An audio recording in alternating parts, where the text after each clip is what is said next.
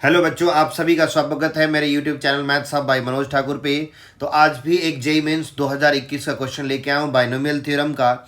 ये क्वेश्चन थोड़ा यूनिक सा क्वेश्चन है। इस तरह के क्वेश्चंस पिछले साल काफ़ी आए थे और ये क्वेश्चंस में काफ़ी बच्चों को दिक्कत हुई, इसलिए मैं ये क्वेश्चन आज लेके आया हूँ। इसमें बोला the sum of all those terms which are rational numbers in the expansion. इसका जब एक्सपेंशन करेंगे उसमें वो सारे रेशनल नंबर्स के जो भी टर्म्स जो रेशनल नंबर बनेंगी उन सब का सम किसके इक्वल टू होगा, ये जानना चाहते हैं। तो जब कभी भी आपको कोफिशिएंट की बात हो, टर्म्स की बात हो या आपको कांस्टेंट टर्म की बात हो, इन सारी सिचुएशन में आपको एक ही फॉर्मूले अप्लाई करने होते हैं, दैट इज जनरल टर्म का फॉर्मूला।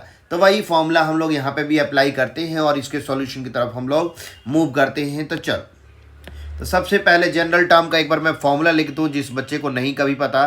तो टी आर प्लस वन, ये फॉर्मूला होता है एन सी आर ए के power N minus R into B के पावर आर। क्या होता है? T R plus one equal to N C R A के power N minus R B के पावर आर होता है। ये ए प्लस बी के पावर एन का एक्सपेंशन हो।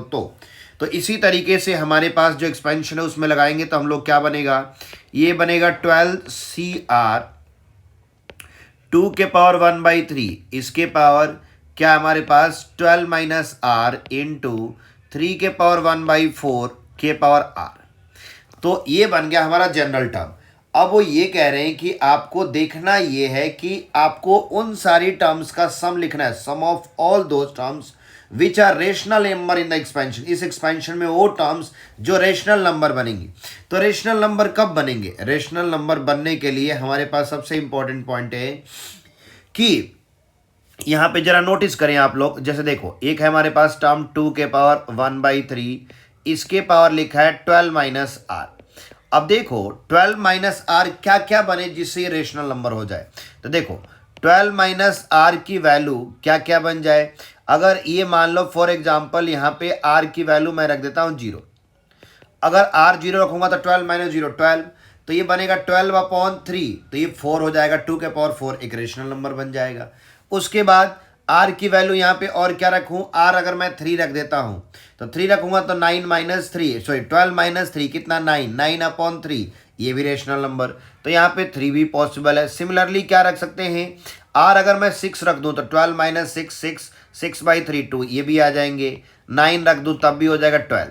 यानी इन सब में इन सारे ये 12 माइनस आर में अगर आर इक्वल टू 0 रख दूं, 3 रख दूं, 6 रख दूं, 9 रख दूं, 12 रख दूं, तो ये इससे जो नंबर जनरेट होंगे वो रेशनल। आप रख के देखो, अगर आर के जगह पर हमने 0 रखा तो ये क्या बनेगा 2 के पावर 1/3 और 12 माइनस आर, आर 0 है तो 12, तो ये क्या बनेगा, ये बनेगा 2 के पावर 3 4 जा हो जाएगा तो 2 के पावर 4, 2 के पावर 4 हमें पता है 16 होता है। ऐसे मान लो 3 रखेंगे तो 12 माइनस 3 9, 9/3 3, ये सारे। अब एक और हमारे पास टर्म है, और क्या है, और है सर हमारे पास एक 3 के पावर 1/4 उसके पावर आर। अब यहाँ पे देखना है कि आर क्या क्या रखा जाए जिससे कि ये कैसा बने रेशनल नंबर। तो यहाँ पे आप नोटिस करोगे तो आर की वैल्यू क्या क्या रख सकते हैं। आर अगर हम यहाँ पे क्या रख दें, 0 रख दें, तो आर 0 रखेंगे तो 3 के पावर 1/4 के पावर 0, तो ये 3 के पावर 0 और किसी के पावर 0 1 और रेशनल नंबर। दूसरा, अब आर इक्वल टू यहाँ पे 4 रखना पड़ेगा, तो 4/4 1, ये भी चलेंगे। फिर क्या रखना पड़ेगा 8, 4/8/4 2 हो जाएगा।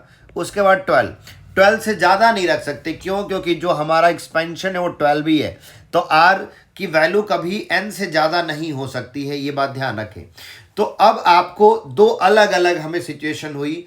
अब इनमें से जो दोनों में कॉमन सिचुएशन होगी उसको कंबाइन करके हम लोग वैल्यू लिखने की कोशिश करेंगे। तो यहाँ पे देखो, एक कॉमन जो टर्म है हमारे पास r इक्वल टू 0 है, जो इसमें भी है और एक इसमें भी है।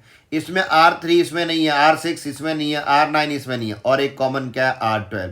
तो यानी R की दो सिचुएशन, एक R इक्वल टू 0 रखेंगे तब रेशनल नंबर बनेगा, और एक R इक्वल टू 12 रखेंगे तो रेशनल नंबर बनेगा। इन दोनों से जो टर्म जनरेट होगी उनको प्लस कर देंगे, वही उसने क्वेश्चन में पूछा है। तो चलो, तो हमारे पास पहले R इक्वल टू 0, इफ हमने क्या लिखा R इक्वल टू 0, तो ये बनेगा 12C0 और ये 2 के पावर 1/3 इसके पावर 12 माइनस आर, तो ये 12 इंटू ये 0 तो 3 के पावर 0 तो 1, ये कितना हो जाएगा 12C0 इसकी वैल्यू 1 होती है, और 2 के पावर 3 4 जा 12, तो 4 2 के पावर 4 2 के पावर 16 होता है, और 3 के पावर 0 1। ये 12C0 की वैल्यू कितनी होती है?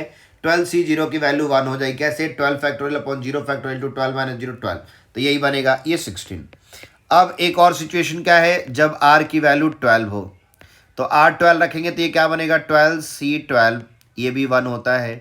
2 के पावर 1/3 के पावर 12 माइनस 12 0 इंटू 3 के पावर 1/4 के पावर 12, तो ये क्या बनेगा? देखो 12C12 इसकी वैल्यू 1 हो गई, 2 के पावर 1/3 के पावर 0 ये भी 1 हो गया, और ये 4 3 जिया तो 3 के पावर 3 हो गया। 3 के पावर 3 कितना होता है? 3 3 9 9 3 27।